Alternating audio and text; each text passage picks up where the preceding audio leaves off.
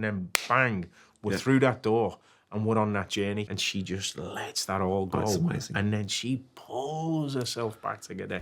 That's police! What are you looking for? You're making a big mistake. He's only a kid. Dad, I haven't done anything. So obviously shooting these really long takes, if something goes wrong fairly early on, do you reset? Do you run with it? And does this type of filmmaking leave room for improvisation? What it does is for me, see, personally, it's kind of like we're a football team. And as soon as the whistle goes, we're off. Do you know what I mean? And we're all together. I mean, it's never such a... To me, acting is not a game of golf. It's never, do you know what I mean? It's not a game of golf. It's not one person against the elements, do you know what I mean? It never is. It never should be that. You're a collective. You move together. You're a living organism that moves without sounding too pretentious, do you know what I mean? It's a wonderful collaboration, and especially in this case, in this environment, that collective consciousness just moves forward because we all have together as a collective, we have the overall super objective, which is to reach our destination.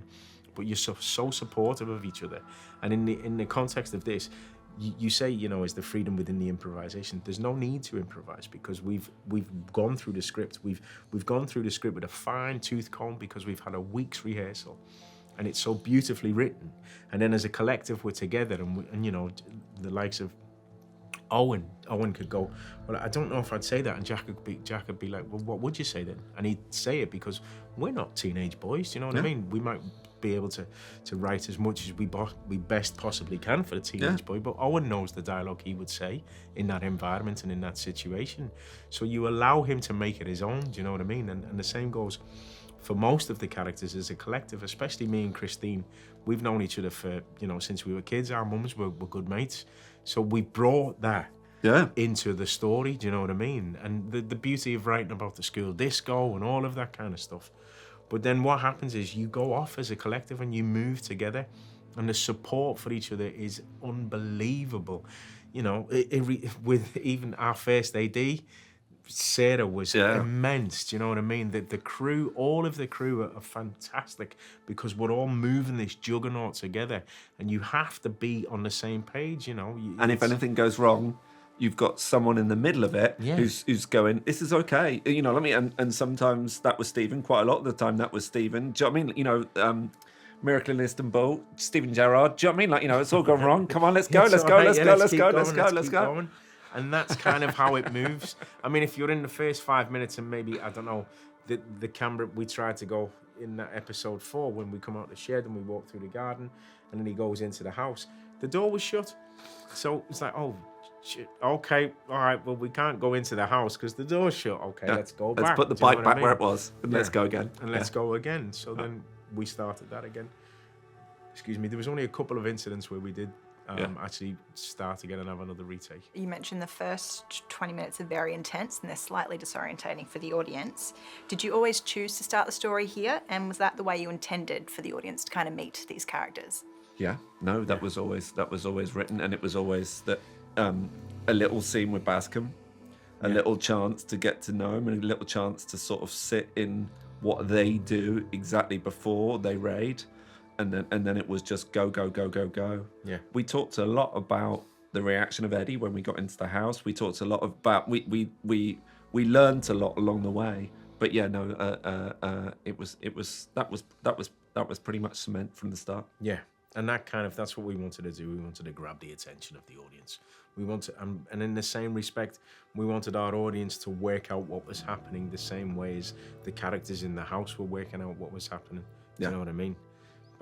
All of the family in that particular situation were learning what was happening. It was really important. It was really important when the police arrived that Eddie thought they were there for him. Yeah. And then it's like, okay, adjust. Keep polite, stay polite. Do you know what I mean? You know, don't let him become abusive.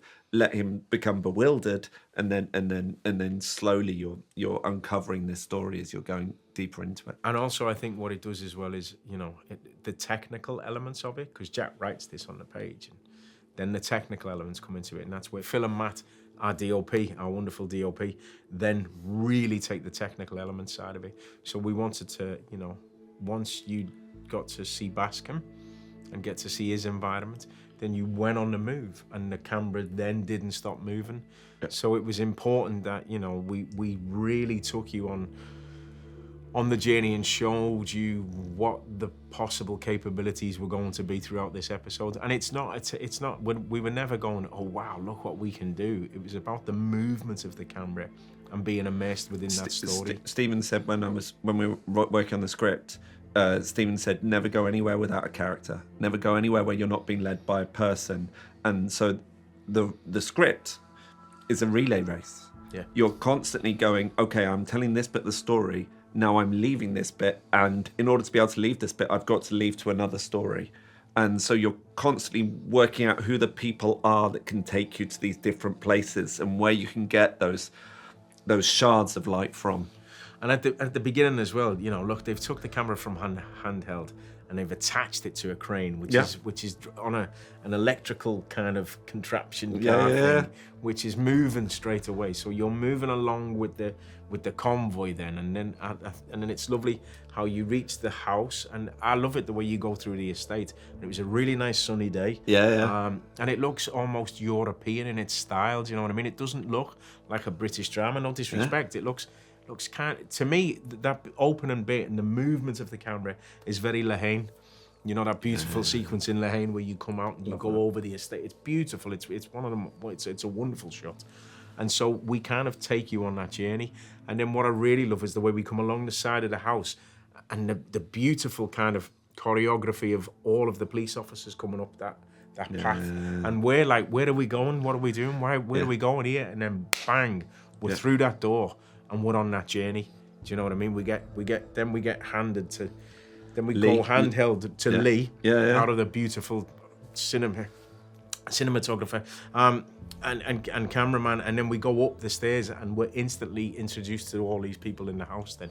And then it becomes more of a personal journey with the camera. Do you know a girl called Katie Leonard? Yeah? Describe each other as friends then. Is she dead then? Why would you ask her? We knew that it was going to be a one-shot series. We knew from the very beginning. And then I had the idea to use the story that we created together, but we knew from the very beginning that it was going to be a one-shot series. And it didn't complicate the writing at all, actually.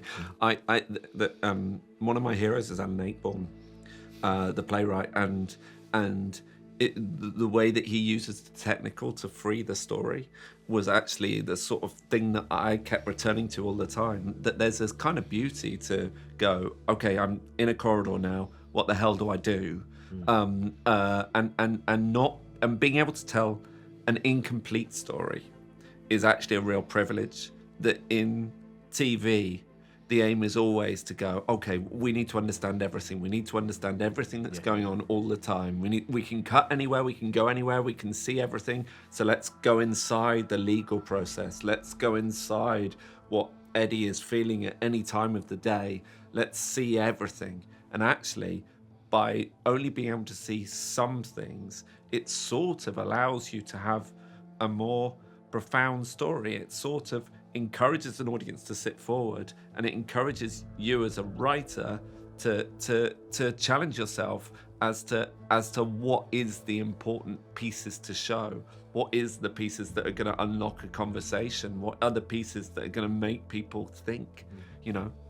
For me, one of the most beautiful moments, is just to pick up on that point, is in episode 4 when we follow them on a journey and they come back, and it's the most simplistic of things, but it's to me it's the most beautiful moment, and it's when Christine hangs a coat on the peg, and it's just, you know, within the context of about 30-40 seconds, she gets to pour this immense amount of emotion after everything she's just experienced on that journey, but also all of the baggage she's been carrying from the moment that the police raided the house and arrested her son, and she just lets that all go. That's amazing. And then she pulls herself back together and she walks up the stairs, and we get to see that as an audience. You would never really get to experience that within the context of how we experience it if it wasn't this formula. Do you know, you just wouldn't be able to. Alfred Hitchcock has got this quote. He says, dialogue is just the words actors say while their faces tell the story. which is something I've always believed. And in this show, the faces carry everything. That, you know, like, you know, and unlocking the need to see inside what she's feeling at that moment is as simple as just seeing her put up a coat. Yeah.